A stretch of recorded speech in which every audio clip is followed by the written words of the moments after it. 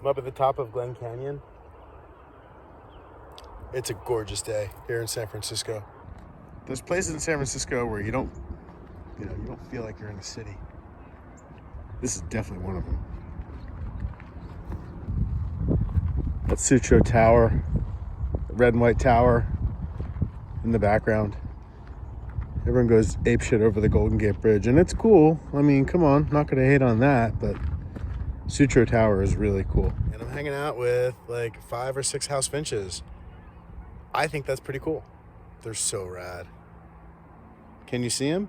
There's like 2 up here. You can see one's like a little more red. That's the male, and there's the female is a little lower. And then over here, that bush, there's 3 more at least. I think that's really cool.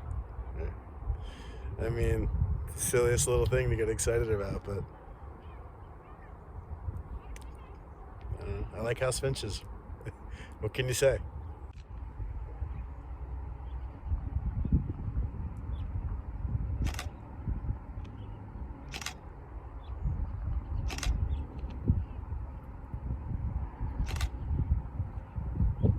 There's some awesome stuff up here, there's no doubt.